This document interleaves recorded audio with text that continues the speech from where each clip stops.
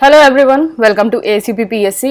इस वीडियो में हम UPPSC 2024 के लिए जो अपना क्विज कर रहे हैं, जिसमें करंट अफेयर के और स्टैटिक के जीएस के क्वेश्चन होंगे। और ये क्विज जो है आपका RO एग्जाम के लिए बहुत ज़्यादा यूजफुल होगा। तो अगर आप RO की प्रैक्टिस कर रहे हैं तो इस क्विज को ज़रूर देखें। और जितने भी स्टेट PCS हैं उनके लिए भी ये क्विज जो है बहुत ज़्यादा यूजफुल है। बाकी ये इंटीग्रेटेड प्रीलिम का मेंस कोर्स है और ये प्रीलिम्स कोर्स है। इस नंबर पे व्हाट्सएप करके आप इसको ज्वाइन कर सकते हैं। और जो 2023 से था उससे डायरेक्ट 102 क्वेश्चन जो है वो प्रिडिक्ट हुए हैं। और ये मेंस आंसर राइटिंग है और 120 डेज है, तो 4 मंथ्स का कोर्स है 120 डेज का। तो इस नंबर पे आप व्हाट्सएप करके इसको ज्वाइन कर सकते हैं। और मेंस में जो है direct 45 question out of 80 question जो है वो एग्जाम में प्रिडिक्ट हुए थे। तो नीचे PDF होगी, वहां से आप इसको वेरीफाई कर सकते हैं। अच्छा, तो हम क्विज स्टार्ट करते हैं। और इस क्विज की जो PDF है वो आपको जो 2024 का जो कोर्स होगा उसके साथ ये PDF मिलेगी। तो क्वेश्चन नंबर 1 है, part 16 of the Indian constitution is related to. तो पार्ट 16 जो है इंडियन कॉन्स्टिट्यूशन का किससे रिलेटेड है? तो इसका आंसर है answer D, special provision for certain classes. तो special provision for certain classes जो है वो आपका पार्ट 16 है। तो पार्ट 16 जो है special provision for the certain classes, उससे रिलेटेड है। और इसमें जो आर्टिकल है वो आपका 330 से 342A ये आर्टिकल है इसमें, जिसमें आपका जो आपका 330 है वो आर्टिकल बात करता है कि रिजर्वेशन का in house of people, Lok Sabha के अंदर SC/ST का रिजर्वेशन। और फिर उसके बाद 332 जो बात करता है reservation in legislative assembly of SC/ST। और ये 335 भी आर्टिकल इंपॉर्टेंट है। ये बात करता है claim of SC and ST to service and post. 335 SC and ST to service and post. 338 जो है बहुत इंपॉर्टेंट आर्टिकल है। 338 कॉन्स्टिट्यूशनल बॉडीज नहीं है, तो ये किसके बारे में बात करता है? National commission of the schedule caste. 338A जो है वो बात करता है national commission for schedule tribe. अब इसमें जो है एक और कॉन्स्टिट्यूशनल बॉडी बन गई है 338B, जो बात करता है national commission of backward caste. तो ये जो है बहुत इंपॉर्टेंट आर्टिकल है ये वाले। एंड फिर उसके बाद जो है इंपॉर्टेंट आर्टिकल है 341। 341 में जो लिस्ट है शेड्यूल कास्ट कौन कौन से है उसकी लिस्ट। 342 में जो है STs की लिस्ट। और 342A में जो है बैकवर्ड क्लासेस की। तो ये जो आर्टिकल है स्पेशल प्रोविजन पार्ट 16 में, ये सारे आर्टिकल जो है आपके बहुत ज्यादा इंपॉर्टेंट है। पार्ट 16 में यही आर्टिकल आपके ज्यादा इंपॉर्टेंट है। वो एंग्लो इंडियन वाला वो वाला क्लॉज तो हट गया है। जो 3031 जो है लोकसभा जो है एंग्लो इंडियन के बारे में बात करता था और 3033 जो है लेजिस्लेटिव असेंबली के बारे में बात करता था। तो ये जो आर्टिकल जो मैंने आपको बताया ये सारे इंपॉर्टेंट आर्टिकल है, इनको आप देख सकते हैं। तो इसका आंसर हो गया आंसर डी। नेक्स्ट क्वेश्चन है, north India's first rejuvenation project name Devika is finish which was inaugurated by PM Modi under Namami Gange. This river flows in which state. तो ये जो देविका जो प्रोजेक्ट हुआ है ये कौन सी रिवर पे फ्लो करता है? तो इसका आंसर है आंसर सी, जम्मू कश्मीर। तो Devika river flows in Udhampur, Jammu Kashmir. The project was started for restoring the health of the river. तो ये उधमपुर जम्मू कश्मीर में है ये। नेक्स्ट है, the highest number of endemic species are found in. The highest number of endemic species कहां found होती हैं? Highest number. तो इसका आंसर है आंसर बी, वेस्टर्न घाट। तो इसका आंसर है आंसर बी, वेस्टर्न घाट। तो वेस्टर्न घाट के अंदर जो है सबसे ज्यादा एंडेमिक स्पीशीज है। अभी रिकॉर्ड हुआ है कि 28 जो है एंडेमिक स्पीशीज जो है वेस्टर्न घाट के अंदर जो है वो रिकॉर्ड हुई हैं। तो अभी एक पब्लिकेशन आई थी zoological survey of India. Zoological survey of India का हेडक्वार्टर कहाँ है, आप मुझे कमेंट बॉक्स में बताएंगे। उसने रिवील किया है कि 50% of the bird species are endemic, मतलब means they are unique to the country and not found of elsewhere. तो जो 50% बर्ड स्पीशीज हैं वो आपकी एंडेमिक है।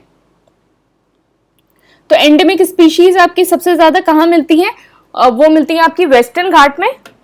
और basically zoological survey of India की अभी रिपोर्ट थी, और आप मुझे इसका हेडक्वार्टर बताएंगे। तो एंडेमिक स्पीशीज क्या होती हैं?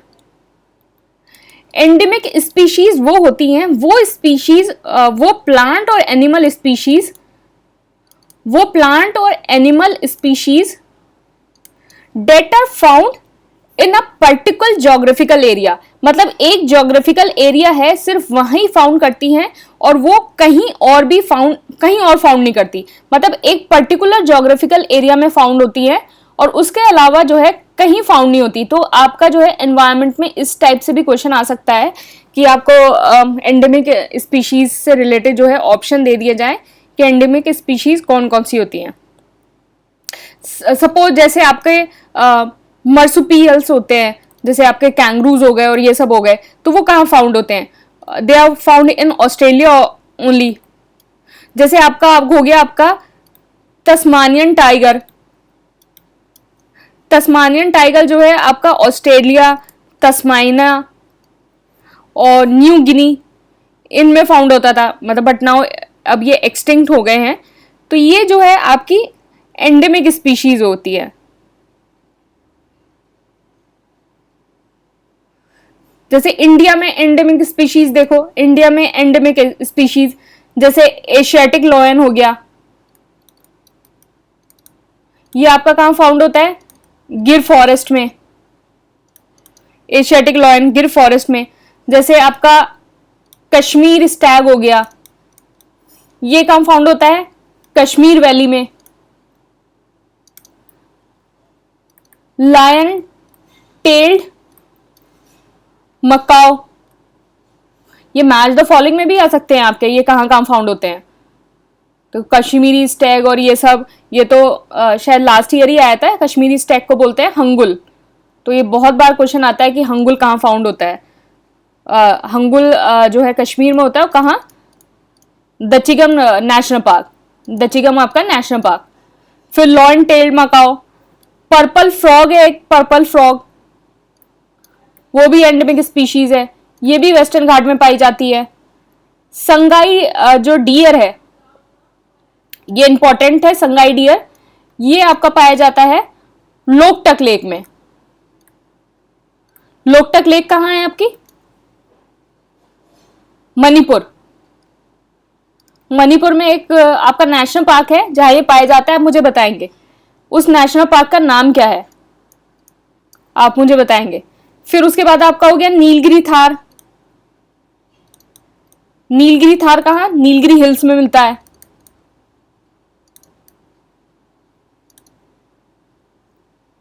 और बाकी हो गया जैसे पिग्मी हॉग हो गया। पिग्मी हॉग बहुत इंपॉर्टेंट है।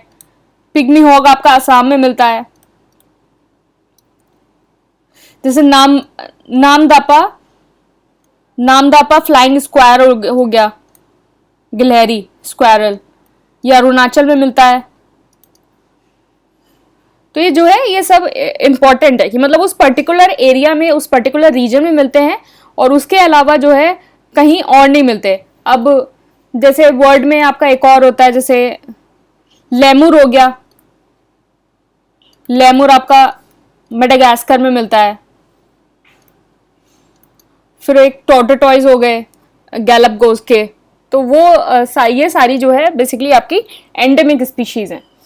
Question number 4, which river flows through Manas tiger reserve in Assam? तो मानस टाइगर रिजर्व असम में कौन सी रिवर फ्लो होती है? तो इसका आंसर है answer B, Manas and Beki river. तो मानस और बेकी रिवर जो है मानस टाइगर रिजर्व में फ्लो होती है। तो मानस सिचुएटेड इन असम, इसमें जो है मानस एंड बेकी रिवर। तो देखिए मानस नेशनल पार्क है और इसमें जो ये फ्लो होती है मानस और बेकी रिवर। नेक्स्ट क्वेश्चन हो गया, रिसेंटली विच कंट्री वो recognized by WHO for successfully eliminating trachoma. तो ट्रोकोमा किसने एलिमिनेट किया है अभी सक्सेसफुली? तो इसका आंसर है आंसर बी, इराक। तो इराक ने जो है अभी एक माइलस्टोन अचीव किया है by eliminating the trachoma tropical disease and the world leading infection, eliminate किया है। तो इराक ने जो है जो 17 कंट्रीज हैं जिन्होंने ट्रैकोमा जो है उसको एलिमिनेट किया है, इराक ज्वाइन किया है 17 कंट्री। आप मुझे बताएंगे इंडिया का क्या स्टेटस है ट्रैकोमा से रिलेटेड? आप कमेंट बॉक्स में बताएंगे मुझे इंडिया का स्टेटस क्या है ट्रैकोमा से रिलेटेड, कौन से ईयर में हमने किया था, और ये बताएंगे। तो ट्रैकोमा क्या है? एक बैक्टीरियल इन्फेक्शन है जो होता है बैक्टीरियम क्लैमिडिया ट्रैकोमाटिस। और ये जो मतलब ये जो आंखों का जो सरफेस होता है और आईलिड होता है उसके आसपास जो होता है उसके आसपास होता है। तो इराक ने जो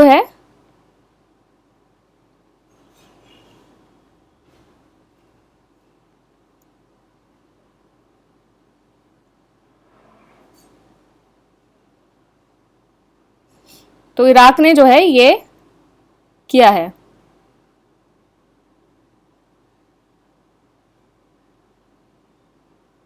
ट्रैकोमा। नेक्स्ट क्वेश्चन है, when is national javelin day observe. तो नेशनल जेवलिन डे कब ऑब्जर्व होता है? तो ये 7 अगस्त को नेशनल जेवलिन डे। ये इंपॉर्टेंट इसलिए हो जाता है क्योंकि अभी इंडिया ने डिसीजन लिया है to celebrate 7 August as a national javelin day. किसको? To commemorate Neeraj Chopra for hits gold medal during Tokyo Olympic. तो ये बहुत इंपॉर्टेंट है, इस बार के लिए बहुत ज्यादा इंपॉर्टेंट क्वेश्चन है कि नेशनल जेवलिन डे 7 अगस्त। नेक्स्ट क्वेश्चन है, रिसेंटली इंडिया लॉन्च निरक्षी। निरक्षी क्या है? इसका आंसर है answer A, N autonomous under water vehicle. तो निरक्षी जो है एक अंडर वाटर व्हीकल है, तो एक ऑटोनोमस अंडर वाटर व्हीकल है टू डिटेक्ट माइंस। किसको? माइंस को डिटेक्ट करने के लिए ये लॉन्च किया गया है। और ये किसके साथ? जो आपका जीआरआरसी कोलकाता जो है उसके साथ कोलैबोरेट करके ये लॉन्च किया गया है निराक्षी। तो ये ऑटोनोमस अंडर वाटर व्हीकल है, तो इसका आंसर ए हो गया। Recently India impose anti dumping duties on optical fibre import from 3 countries. तो इंडिया ने जो है एंटी डंपिंग ड्यूटी जो है इम्पोज की है ऑप्टिकल फाइबर कहां से जो आ रहे थे।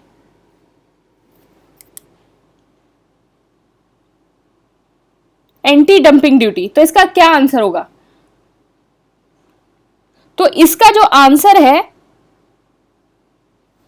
वो है आंसर डी, चाइना, कोरिया और इंडोनेशिया। तो जो डोमेस्टिक ऑप्टिकल फाइबर इंडस्ट्री है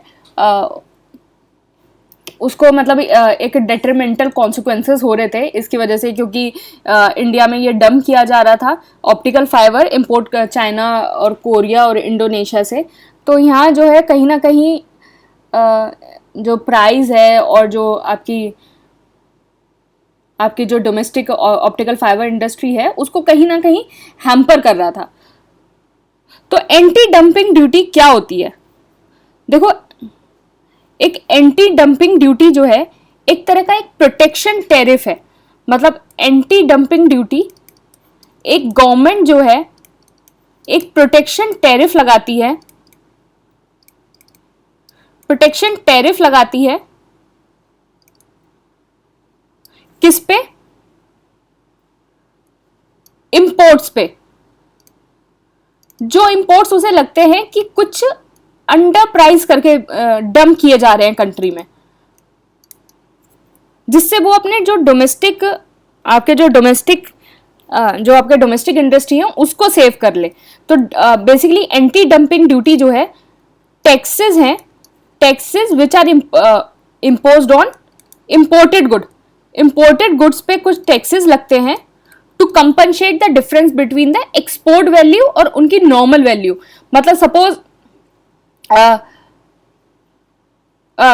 सपोज उसकी नॉर्मल वैल्यू 12 रुपए और एक्सपोर्ट करके कम भेजा जा रहा है, तो टैक्स लगा के जो है उसको बराबर कर देगा, मतलब एक्सपोर्ट वैल्यू और नॉर्मल वैल्यू को एक बराबर कर देगा। तो इस तरीके से इसको बराबर कर देता है।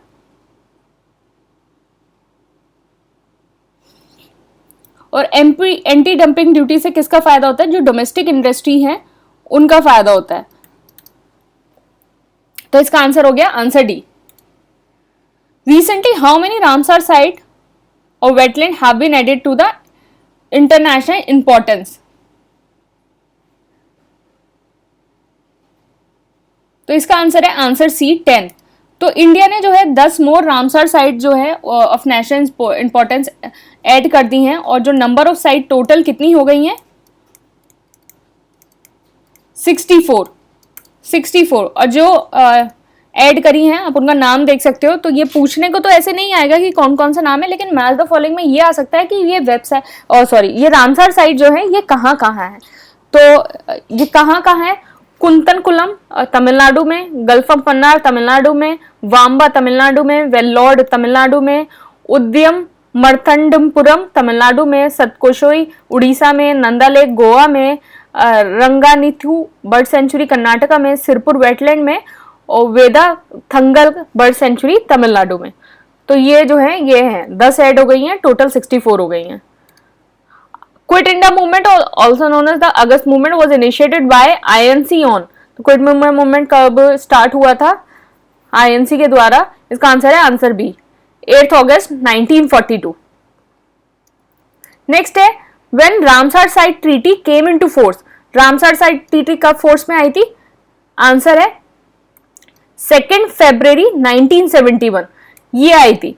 और इसी दिन 2 फरवरी को ही जो है हम क्या बनाते हैं? Wetland day. लास्ट ईयर एक क्वेश्चन भी आया था 2023 में। तो 2 फरवरी को जो है वेटलैंड डे मनाया जाता है।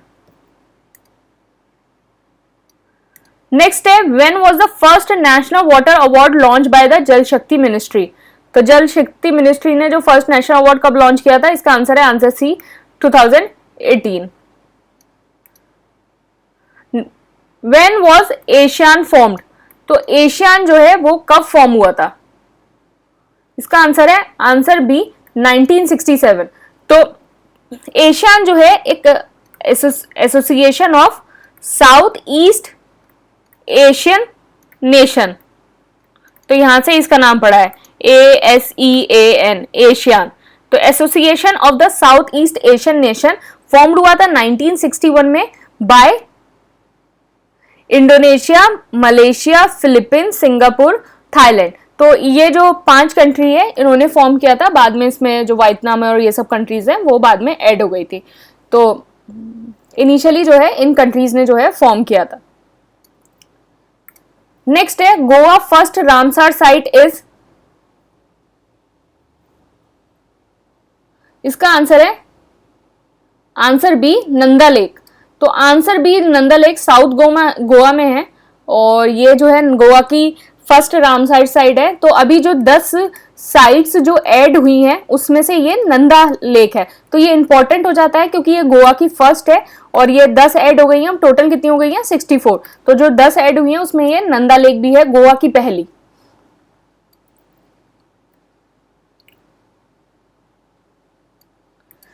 नेक्स्ट है in which part of the constitution envisages system of the panchayat. तो envisages system of the panchayat, तो इसका आंसर है आंसर ए, पार्ट 9। पार्ट 9 में जो है आपका जो है पंचायत से रिलेटेड पार्ट 9 में है।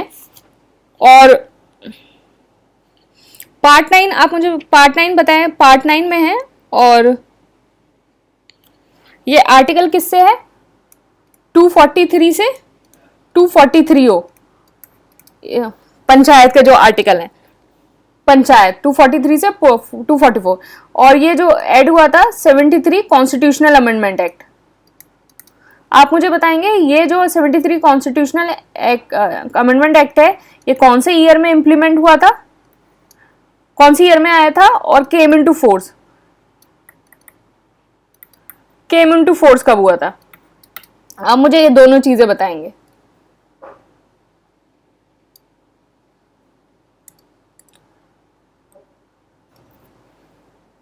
Which one of the following article of the Indian Constitution provide for all India services? तो ऑल इंडिया सर्विसेज कौन सा आर्टिकल प्रोवाइड करता है? इसका है answer, answer answer D, article 312। Article 312 जो है ऑल इंडिया सर्विसेज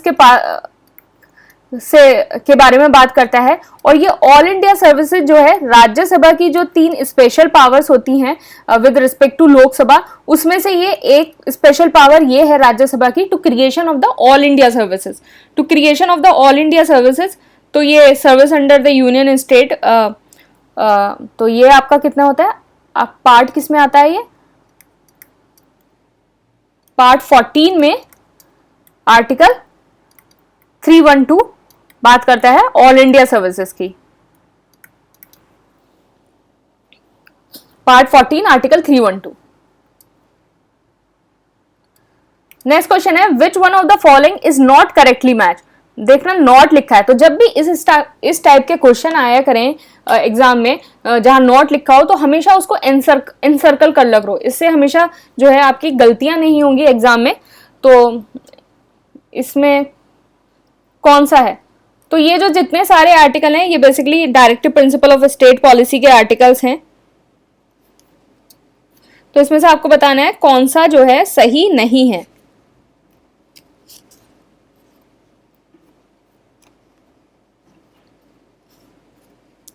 ओके तो 39A equal justice and free legal aid सही है ये। Article 40 organisation of the village panchayat बिल्कुल सही है। आर्टिकल 44 यूनिफॉर्म सिविल कोड के बारे में बात करता है, बिल्कुल सही है। आर्टिकल 48 तो ये आपका गलत है, क्योंकि आर्टिकल 48 जो है वो किसके बारे में बात करता है? Organisation of agriculture and animal husbandry, और separation of judiciary from executive किसके बारे में बात करता है? ये करता है आर्टिकल 50। तो ये गलत है आपका। नेक्स्ट क्वेश्चन है under which article of the Indian constitution there is a provision for the high court for UTs. High court for UTs का जो है किस आर्टिकल में प्रोविजन है?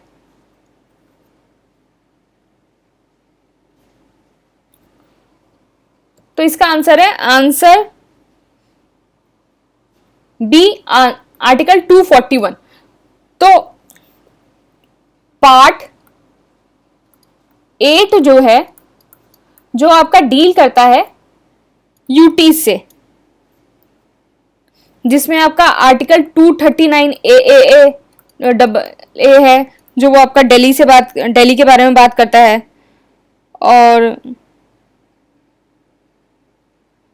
जो आपका 241 है वो हाई कोर्ट फॉर यूटीज के बारे में बात करता है। तो इसमें क्या article 241 of the constitution, parliament by law constituent a high court for the UT or declare any court in such territory to be the high court for any of the purpose of the constitution. तो article 241 कहता है कि parliament by any law, तो parliament है इसमें, तो यहां ध्यान रखना parliament by any law constituent है high court for the UTs. Next question है if a new state of the Indian union is to be created which one of the following schedule of the constitution must be amended. तो अगर नया state अगर create हो रहा है तो कौन सा जो शेड्यूल है वो अमेंड होगा? तो इसका आंसर है आंसर ए, फर्स्ट शेड्यूल। तो फर्स्ट शेड्यूल जो है, जो आपका फर्स्ट शेड्यूल होता है, फर्स्ट शेड्यूल है, उसमें आपका चैप्टर 1 है, आपका स्टेट के बारे में बात करता है, और चैप्टर 2 है जो है वो यूटीज के बारे में बात करता है। तो अगर कोई भी नया स्टेट और यूटी अगर क्रिएट होते हैं तो आपका जो फर्स्ट शेड्यूल है वो अमेंड होगा। नेक्स्ट क्वेश्चन है, the 9th schedule was introduce in the constitution of India during the prime ministership of,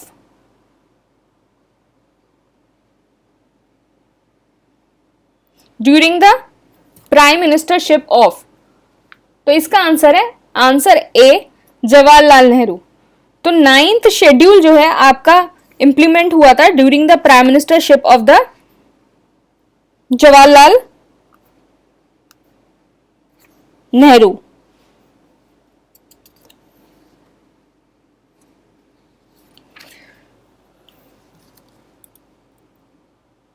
next question हो गया, Coelho case is related to which schedule of the constitution of India. तो इसका answer हो गया, answer C, 9th schedule. तो कोहिलो case जो है landmark एक जजमेंट है जिसने अपहेल्ड किया था the authority of the judiciary to review law. तो लॉ रिव्यू करने का जुडिशियल जो रिव्यू है, जुडिशियल रिव्यू, उसको कहीं ना कहीं अपलोड किया था, including the one under the 9th schedule. 9th schedule में भी आप उसको रिव्यू कर सकते हैं against the violation of the basic structure of the constitution. अगर वो basic structure of the constitution को वायलेट करे तो आप उसको रिव्यू कर सकते हैं। तो कोहिलो केस जो है वो 9th शेड्यूल से रिलेटेड है, 9th शेड्यूल के रिव्यू से रिलेटेड। नेक्स्ट क्वेश्चन है, which of the following is not correctly match. तो इसमें से कौन सा करेक्टली मैच नहीं है।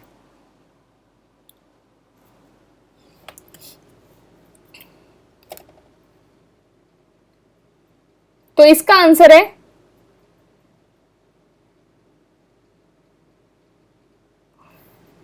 इसका आंसर है आंसर सी, ये करेक्टली मैच नहीं है। तो public health and sanitation state list बिल्कुल सही है, सेंसस जो है यूनियन सही है, एंटी डिफेक्शन 10th शेड्यूल सही है, allocation of the seat in the council of state, allocation of seat in the council of state जो है, काउंसिल ऑफ स्टेट मतलब राज्यसभा, ये जो है ये आपका 4th शेड्यूल है। तो ये आपका 4th शेड्यूल है। तो 2nd शेड्यूल में क्या है, 2nd शेड्यूल में जो आपका है provision for the president and governor, मतलब जितना सैलरी और ये सब, और स्पीकर, डिप्टी स्पीकर, जजेस of the supreme court, high court और कैग, इनसे रिलेटेड जो है आपके उसमें प्रोविजन है। 3rd शेड्यूल में क्या रिलेटेड है, 3rd शेड्यूल जो है ओथ से रिलेटेड है, तो इसका सी हो जाएगा।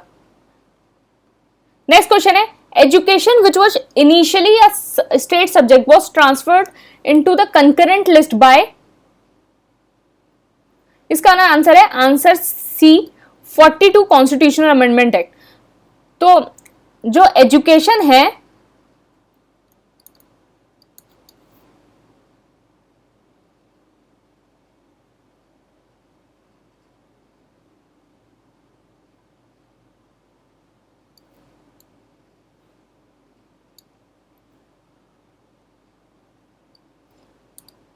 जो एजुकेशन है वो बेसिकली कंकरेंट लिस्ट में है, और ये किससे हुआ था, 42 कॉन्स्टिट्यूशनल अमेंडमेंट एक्ट 1976। आप मुझे बताएंगे कि और कौन कौन से जो है कंकरेंट लिस्ट में है। चलिए मैं ही बता देती हूं आपको। इसको याद करने का तरीका है WWF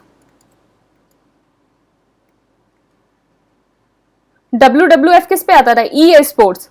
तो WWF ई स्पोर्ट्स, तो यहां आपका हो गया,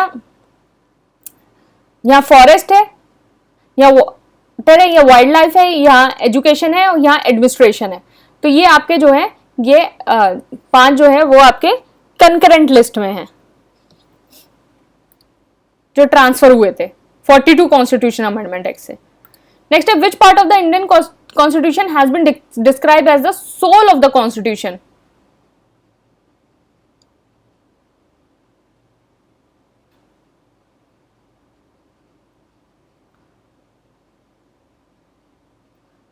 तो सोल ऑफ द कॉन्स्टिट्यूशन,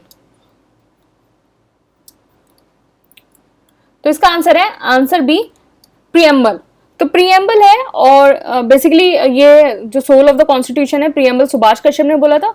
और राइट टू कॉन्स्टिट्यूशन जो रेमेडीज है उसमें जो बी आर अम्बेडकर है उन्होंने जो है सोल ऑफ द कॉन्स्टिट्यूशन की बारे में बात की है गई है। तो ये जो है इसका आंसर हो जाएगा सी। By how many types of justice, liberty, equality, fraternity, order have been mentioned in the preamble? तो कितने टाइप की justice, liberty, equality and fraternity जो है वो प्रीएम्बल में मेंशन है?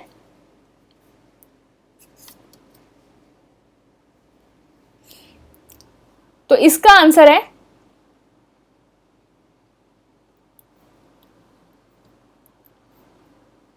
इसका आंसर है 5, 2, 1, 3। तो जस्टिस हमारे लिए कौन कौन सा मेंशन है? इसका आंसर है ए 3, 5, 2, 1। तो जस्टिस कौन कौन सी मेंशन है? Social, economical and political. फिर उसके बाद लिबर्टी कौन कौन सी है? तो ये 3 हो गई। लिबर्टी कौन कौन सी है? थॉट की, एक्सप्रेशन की, बिलीफ की, फेथ की, वर्शिप की। तो ये 5 हो गई। इक्वालिटी किस किस की है? इक्वालिटी जो है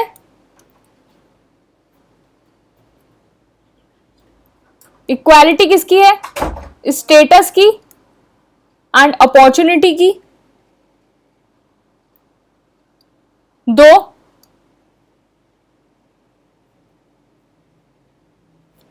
और एक ये हो गया fraternity dignity of the individual and unity and integrity of the nation. तो ये हो गया 3, 5, 2, 1। इसका ए आंसर है 3, 5, 2, 1। What was the exact constitutional status of India on 26 जनवरी 1950? 26 जनवरी 1950 में जो कॉन्स्टिट्यूशनल स्टेटस है वो क्या था? तो कॉन्स्टिट्यूशनल स्टेटस जो इंडिया का था वो था सोवरेन डेमोक्रेटिक रिपब्लिक। ये कॉन्स्टिट्यूशनल स्टेटस था। जो सोशलिस्ट और सेकुलर है वो बाद में ऐड हुआ है by the 42 constitutional amendment act. ये बाद में ऐड हुआ है। तो क्या था constitutional status? Sovereign democratic Republic. तो अगर आपको कभी कभी ना ये क्वेश्चन एक सीक्वेंस में भी पूछ लिया जाता है कि किस तरीके से लिखा गया है कॉन्स्टिट्यूशन में, तो आप इसको ऐसे याद करना है SSSDR। तो SSSDR का मतलब सोवरेन है पहले, फिर सोशलिस्ट है, फिर सेकुलर है। Sovereign, socialist and then secular.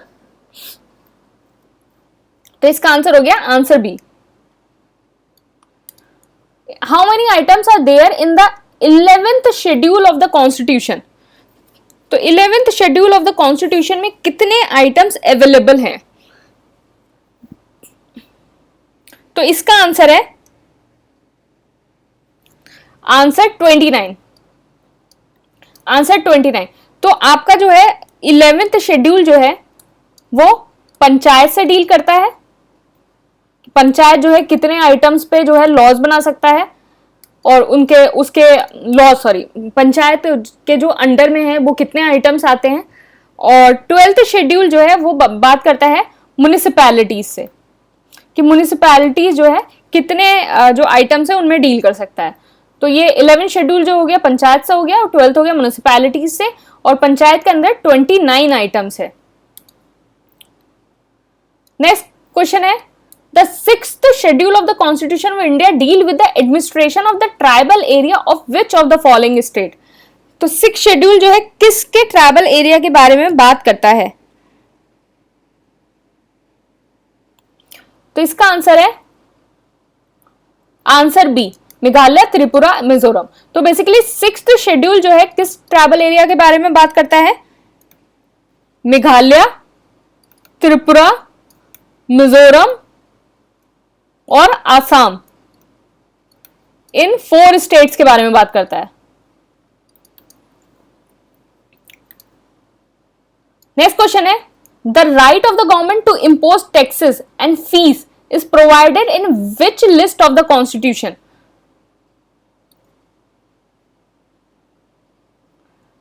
तो which list of the constitution, तो इसका आंसर हो गया 7th शेड्यूल, क्योंकि जो 7th शेड्यूल है उसमें आपकी 3 तरह की लिस्ट दे रखी है। List 1 union list, list 2 state list and list 3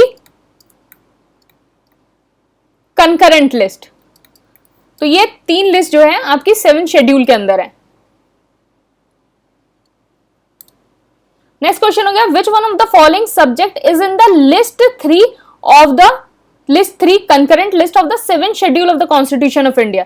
concurrent list है, कंकरेंट लिस्ट का मतलब ये हुआ कि आपका सेंटर और स्टेट दोनों मिलके जो है इस पे लॉ बना सकते हैं, और दोनों का जो है दोनों जो है इस जो आइटम है उससे डील करते हैं इस लिस्ट में जो।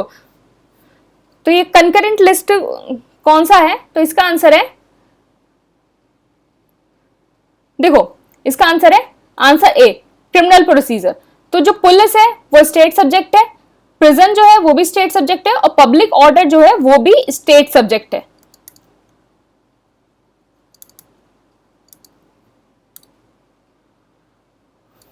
तो हमारा क्विज यहीं फिनिश होता है। आप टेलीग्राम चैनल को ज्वाइन कर लेना, यहाँ फ्री डेली क्विज होता है आपका, और यूपी स्पेशल के जितने करंट अफेयर्स हैं वो भी यहाँ आपको मिलते हैं। और बाकी ये जो कोर्स है आप इसको ज्वाइन कर सकते हैं, इंटीग्रेटेड हो गया और प्रीलिम्स हो गया, और ये सिर्फ मेंस का कोर्स है। तो आप यहाँ जो जितनी भी सारी डिटेल्स हैं वो सब नीचे डिस्क्रिप्शन बॉक्स में होंगी, आप डिस्क्रिप्शन बॉक्स से जो है वो सारी डिटेल्स देख सकते हैं, और इस पीडीएफ का जो वेरीफाई करना चाहते हैं वो भी आपको डिस्क्रिप्शन बॉक्स में मिलेगा। Thank you and all the best.